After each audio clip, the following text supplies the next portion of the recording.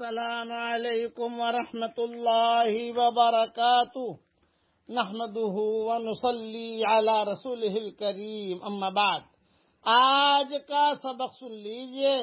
آج کے سبق کی سرخی ہے شعبان کی فضیلت پارٹ 2۔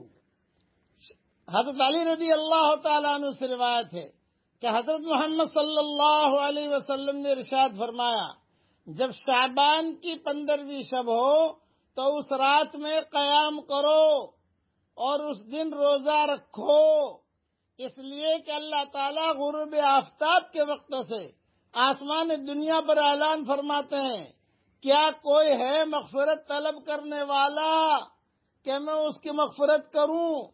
کیا کوئی ہے رزق کو تلاش کرنے والا کہ میں اسے رزق عطا کروں؟ کیا کوئی مصیبت کا مارا ہے کہ میں اس کی مصیبت دور کروں؟ کیا کوئی ایسا ہے حتیٰ کہ صبح صادق کا وقت ہو جاتا ہے۔ یہ حدیث سنن ابن ماجہ میں ہے۔ دوسری اہم بات یہ کہ یہ شعبان کی 14 تاریخ کے سورج غروب ہونے سے رات شروع ہوتی ہے اور 15 تاریخ کی صبح صادق تک رہتی ہے۔ اور شب برات میں کیا کریں مختصر سمجھا دیتا ہوں۔ اس رات عشاء اور فجر کی نماز وقت پر باجماعت ادا کیجیے۔ اپنی ہمت اور توفیق کے مطابق نفل نمازیں خاص کر نماز تہجد ادا کیجیے۔ انفرادی طور پر صلاۃ التسبیح بھی پڑھیے۔ اس میں کوئی کام اجتماعی زیادہ نہ کیجیے کہ مسجد میں جمع ہو رہے ہیں، اجتماعی نفلیں پڑھ رہے ہیں، یہ مناسب نہیں۔ انفرادی طور پر عبادت کریں، خاص طور پر آج کل تو کرنے بھی نہیں چاہیے، ہمیں بھیڑ بھاڑ کرنی بھی نہیں چاہیے۔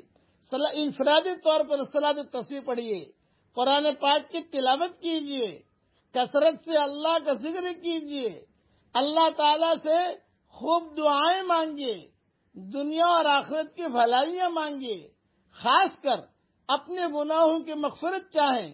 زندگی میں کبھی اس رات قبرستان جائیے، اپنے اور میت کے لیے دعائیں مغفرت کریں۔ قبرستان جانا ضروری نہیں ہے۔ حضور صلی اللہ علیہ وسلم زندگی میں ایک مرتبہ تشریف لے گئے تھے، تو آپ بھی ایک مرتبہ تشریف لے جائیے، لیکن اس کا اہتمام کرنا اور اس کو ثواب سمجھنا اور اس کو بہت زیادہ سراہنا اور بہت زیادہ بھیڑ بھاڑ کرنا، چراغا کرنا، یہ ہماری شریعت میں نہیں ہے۔ اس لیے اس رات کو خوب عبادت کیجیے۔ اپنے گھر میں خاص طور سے عشاء کی نماز جماعت کے ساتھ پڑھ لیجیے، فجر کی نماز جماعت کے ساتھ پڑھ لیجیے، تو پوری رات عبادت کا بھی ثواب ملے گا۔ اس لیے اس رات کی قدر کیجیے۔ اللہ تعالی ہمیں قدر کرنے کی توفیق عطا فرمائے۔ اب پڑھ لیجیے میرے ساتھ، ربنا هب لنا من ازواجنا وذرياتنا قرة اعین واجعلنا للمتقین اماما۔ اے اللہ، یہ دعا تو ہم سب کے لیے قبول فرما۔ آمین۔ وآخر دعوانا ان الحمد للہ رب العالمین۔